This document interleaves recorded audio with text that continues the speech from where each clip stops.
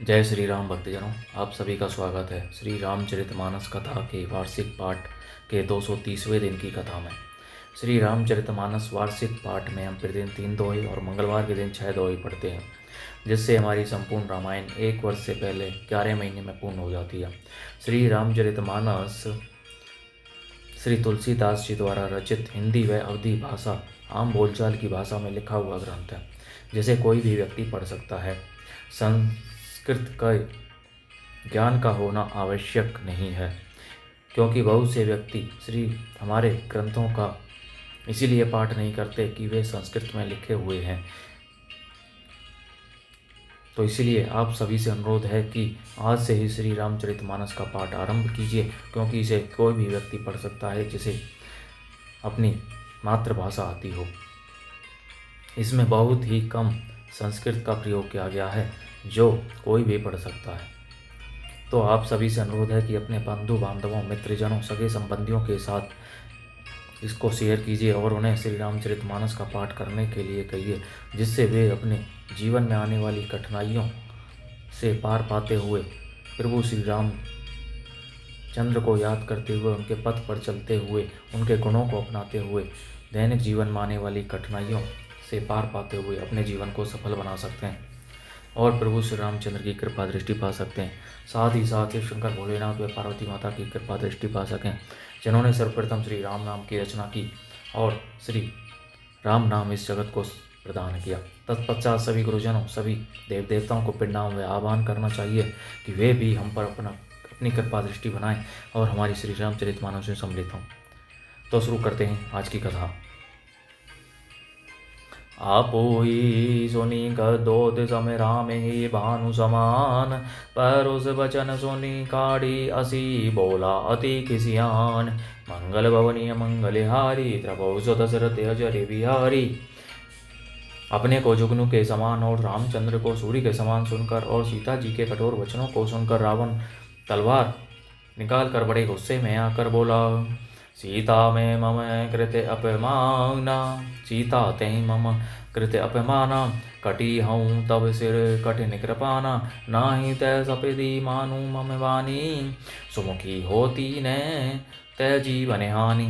सीता तूने मेरा अपमान किया है, मैं तेरा सिर कठोर कृपान से काट डालूंगा। नहीं तो अब भी जल्दी मेरी बात मान ले हे सुमुखी, नहीं तो जीवन से हाथ धोना पड़ेगा। श्याम सरोज ताम समय सुंदर, प्रभु भुज करी कर समय दस सिकंदर। सो भुज कंठ की तब असी घोरा, सोनू सट अस प्रवान पन मोरा। सीता जी ने कहा, हे दशग्रीव, प्रभु की भुजा जो श्याम कमल की माला के समान सुंदर और हाथी की सूंड के समान पुष्ट तथा विशाल है, या तो वह भुजा ही मेरे कंठ में पड़ेगी या तेरी भयानक तलवार ही। रे सट सुन, यही मेरा सच्चा प्रण है। चंद्रहास हरो मम परितापम, रघुपति विरह अनल संजातम। शीतल निशीत बहसी वर धारा, कह सीता हरो मम दुख भारा। सीता जी कहती हैं, हे चंद्रहास तलवार, श्री रघुनाथ जी के विरह की अग्नि से उत्पन्न मेरी बड़ी भारी जलन को तू हर ले। हे तलवार, तू शीतल, द्रव, तीव्र और श्रेष्ठ धारा बहाती है, अर्थात तेरी धारा ठंडी और तेज है। तू मेरे दुख के बोझ को हर ले। सुनते बचन पुनि मारन धावा, मय तनिया कही नीति बुझावा। कैसी सकल निशि चरण बोलाई, सीति ही बहु विधि त्रास हो जाई। सीता जी के ये वचन सुनते ही वह मारने दौड़ा। तब मैं दानव की पुत्री मंदोदरी ने नीति कहकर उसे समझाया। तब रावण ने सब राक्षसियों को बुलाकर कहा कि जाकर सीता को बहुत प्रकार से भय दिखलाओ। माँ से दिवस महूँ कहा ने माना, तो मैं मारे भिखारी कृपाना। यदि महीने भर में यह कहा ने माने तो मैं इसे तलवार निकाल कर मार डालूंगा। भवन गयो दस सिकंदर, इया पिशाचिनी वृंद। सीते ही त्रास दिखा वहीं धरही, रूप बहु मंद। मंगल भवन मंगलहारी, द्रवो दशरथ जर बिहारी। यूँ कहकर रावण घर चला गया। यहाँ राक्षसियों के समूह बहुत से बुरे रूप धरकर सीता जी को भय दिखलाने लगे। त्रिजटा नाम राक्षसी एका राम चरण रति नपुन विवेका सबन हूँ बोली सुनाए सी सपना सीत ही से ही कर हो हित अपना। उनमें एक त्रिजटा नाम की राक्षसी थी। उसी की श्री रामचंद्र जी के चरणों में प्रीति थी और वह विवेक ज्ञान में निपुण थी। उसने सबों को बुलाकर अपना स्वप्न सुनाया और कहा, सीता जी की सेवा करके अपना कल्याण कर लो। सबने बानर लंका जारी जातु धान सेना सब मारी खर आरूढ़ नगन दस सीसा मुंडत सिर खंडत भुज बीसा। स्वप्न में मैंने देखा कि एक बंदर ने लंका जला दी। राक्षसों की सारी सेना मार डाली गई। रावण नंगा है और गधे पर सवार है। उसके सिर मुंडे हुए हैं, बीसों भुजाएं कटी हुई है। एहि विधि सो दक्षिण दिशि जाई लंका मनु विभीषण पाई। नगर फेरी रघुवीर दुहाई तब प्रभु सीता बोली पठाई। इस प्रकार से वह दक्षिण यमपुरी की दिशा को जा रहा है और मानो लंका विभीषण ने पाई है। नगर में श्री रामचंद्र जी की दुहाई फिर गई। तब प्रभु ने श्री सीता जी को बुला भेजा। यह सपना मैं कहूँ पुकारी होई ही सत्य गई दिन चारी। तासु वचन सुनी ते सब डारी जनक सुता के चरण ही परी।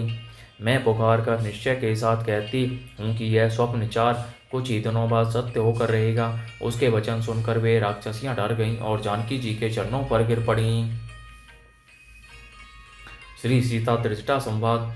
जहें तहें गई सकल सभी सीता कर मन सोच मास दिवस बीते मोही मारी निशीचर पोच मंगल भवनी मंगलहारी द्रवौ दशरथ अजर बिहारी। तब इसके बाद वे सब जहाँ तहाँ चली गईं। सीता जी मन में सोच करने लगीं कि एक महीना बीत जाने पर नीच राक्षस रावण मुझे मारेगा। त्रिजटा सन बोली करे जोरी मातु विपत्ति संगिनी ते मोरी। तजौ देह करो बेगी उपाई दुषय बिरहो अब नहीं सही जाई। सीता जी हाथ जोड़कर त्रिजटा से बोली, हे माता, तू मेरी विपत्ति की संगिनी है। जल्दी कोई ऐसा उपाय कर जिससे मैं शरीर छोड़ सकूं। विरह असह्य हो चला है, अब यह सहा नहीं जाता। आनी काट रचू चिता बनाई मातु अनल मुनि देहि लगाई। सत्य करे ही मम प्रीति सयानी सुने को श्रवण सूल समय बानी।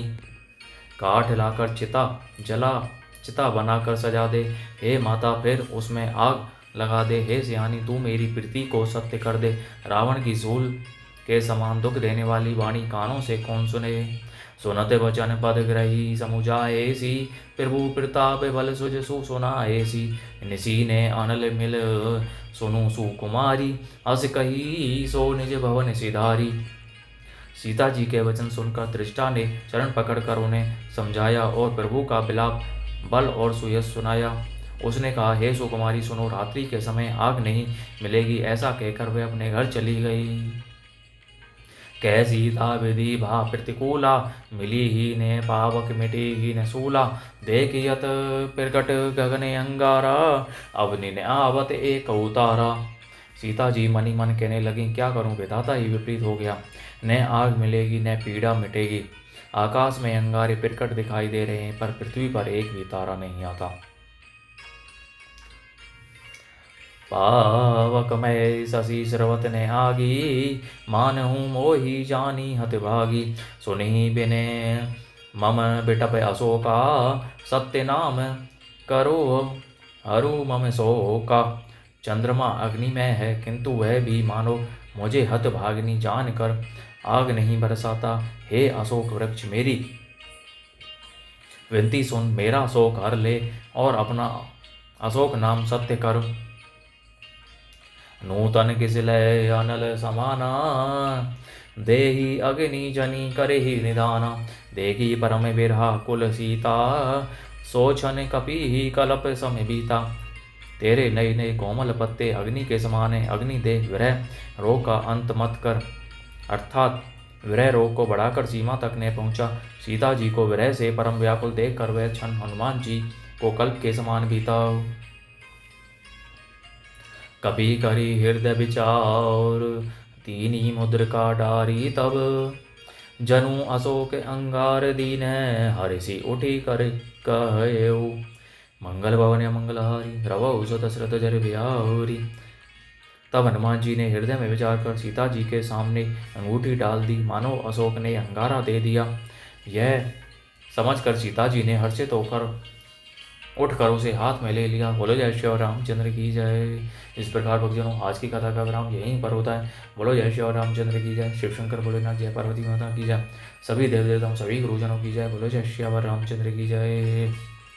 तो आप सभी से अनुरोध है कि श्री रामचरितमानस का पाठ करिए और अपने बंधु बांधवों सखाजनों मित्रजनों के साथ शेयर कीजिए और पुण्य का भागी बनिए। साथ ही अपने जीवन में आने वाले कठिनाइयों से पार पाते हुए अपने सामाजिक आर्थिक जीवन में सफलता प्राप्त करिए। बोलो जय श्री रामचंद्र की जय।